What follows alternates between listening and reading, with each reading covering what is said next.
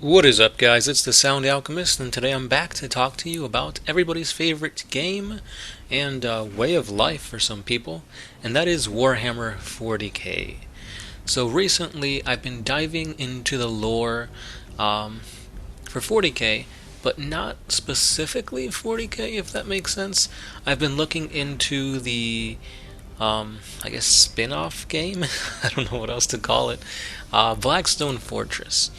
Now, Blackstone Fortress is a mix of Warhammer 40k and D&D in a way.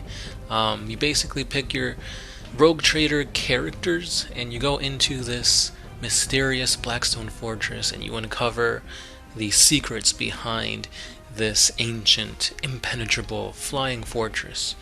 However, I didn't want to talk about the game so much. I want to talk about a little bit of inklings of lore, some hearsay, some things that have no rhyme or reason, really. They do, but I'm just gonna get a bunch of Blackstone Fortress stuff and just talk about it here. So sit down, grab some popcorn, and let's get into this discussion as we talk about the Blackstone Fortress. Now, I don't know about you guys, but when I hear the word Blackstone Fortress, I think of the fortress that was rammed into Cadia by none other than Abaddon the Despoiler. On the eve of 8th edition, we got a whole bunch of lore. We got 3 massive books that brought upon the rise of the Primarch, that brought upon Guilliman, the Primaris Marines, and 8th edition. And during all of this, there was a massive war, a massive battle going on Cadia with a whole bunch of forces.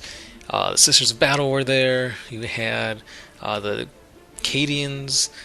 It was crazy, and you had obviously Abaddon just wrecking shit. And here, Abaddon had a Blackstone Fortress. I believe it was called the Will of Eternity, or something of Eternity, and he was going to use the massive warp cannon to basically blow apart Cadia and everybody on it, basically killing off anything that has to do with Cadia and opening up the Eye of Terror even wider. However, this didn't happen. The Imperial forces managed to push back Abaddon and almost pretty much blew apart the fortress.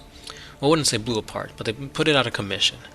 However, Abaddon the Armless, the Harmless, you say, managed to put his arms back on and freaking launched the Blackstone Fortress, the Will of Eternity, onto Cadia, tearing apart the world. That's crazy, just think about it.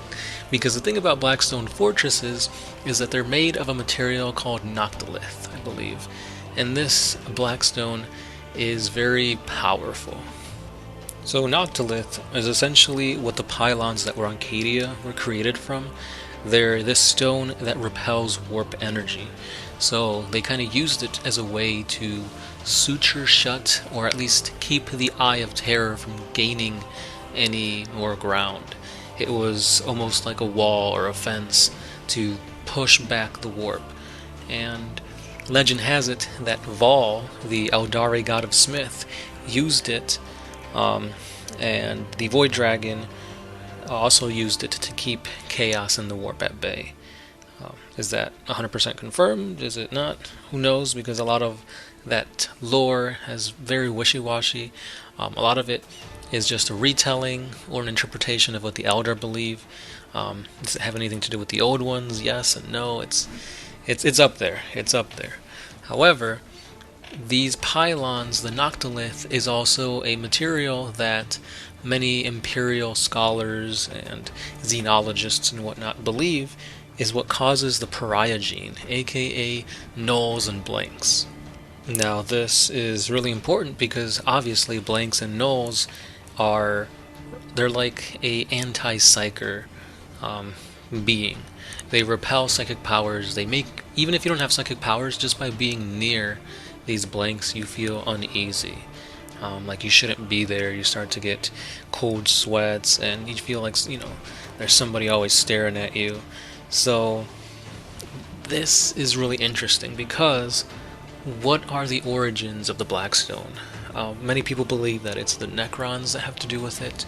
Others believe that maybe it's the Old Ones and it's ancient technology that was brought from outside the galaxy.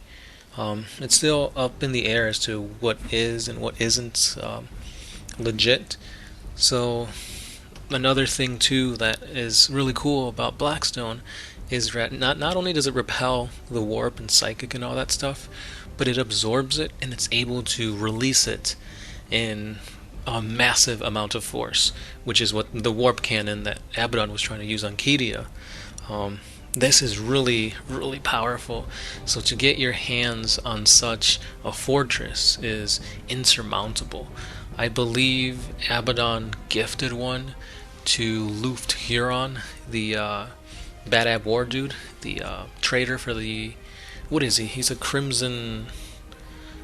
I forgot what it's called. Crimson Raider or something like that. But he was gifted one by Abaddon, so it shows you that, you know, it's not just a truce or like a meaningless thing. It's like, oh, like Huron Blackheart, he's now almost indebted to Abaddon because he has such a powerful structure, fortress, now at his disposal. So that's kind of more of the lore aspect to it, but if you're actually looking at the game, the models that come within Blackstone Fortress are pretty unique and pretty awesome.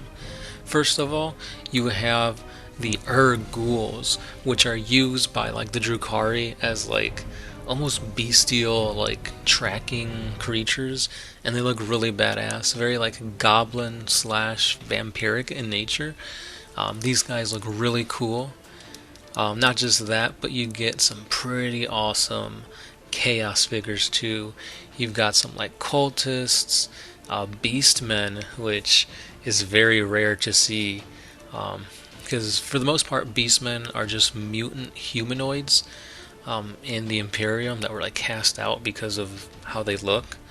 And you got some chaos devoted ones here. You've also got, of course, rogue psychers, which look pretty cool in my opinion. Very big brain, if you ask me. And of course, we get just the classic Chaos Space Marines.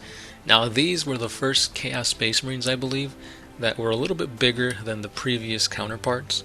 So I guess this is kind of like a introduction or just a tease as to how the line of 40k miniatures was going to become before they added Primaris, because they're a little bit truer to scale, not quite Primaris size, but still bigger than the previous Chaos Space Marines. And then continuing on, you've got some Chaos Guardsmen, pretty cool. This is like if you're trying to create a Chaos Astra Militarum Regiment, this is probably what you need to do. Buy like 4 boxes of the Blackstone Fortress, and you get a whole bunch of Guardsmen that look pretty badass in my opinion. Or just find some on eBay. You've also got some Xenos in the form of Eldari, some Kroot, and finally we get to the Imperium section with like a rogue trader, just a regular human. You've got a navigator, like a cardinal priest dude, and you have a purifier. I thought it was a sister of battle at first, but it's just like some zealot that's trying to like burn the heretics. And then we come to one of my favorite Kroot models, this Kroot mercenary Dayak Grek. It looks really cool. Oh, and how could I forget? You got Ratlings in here. So Ratlings, Squats, Beastmen, these are all abhumans that are in the Imperium. You just don't hear very much about them nowadays, but it's interesting to see that, hey, you know, Ratlings are still a thing in 40k. And then we have the big bombshell. Bum, bum, bum. We have the first model for none other than the infamous Men of Iron, UR025. So yeah, that was quite the rambling video for today. All in all, the main reason for this is to get you ready for tomorrow's video, where I will talk about the Guardian drone. a little bit more in detail, more lore, as well as gameplay aspects for it. So stay subscribed for that, guys, and I'll see you in the next one. That's all I got for today. This is the Sound Alchemist, part of Woodmine Syndicate, and I'll catch you guys then. Peace.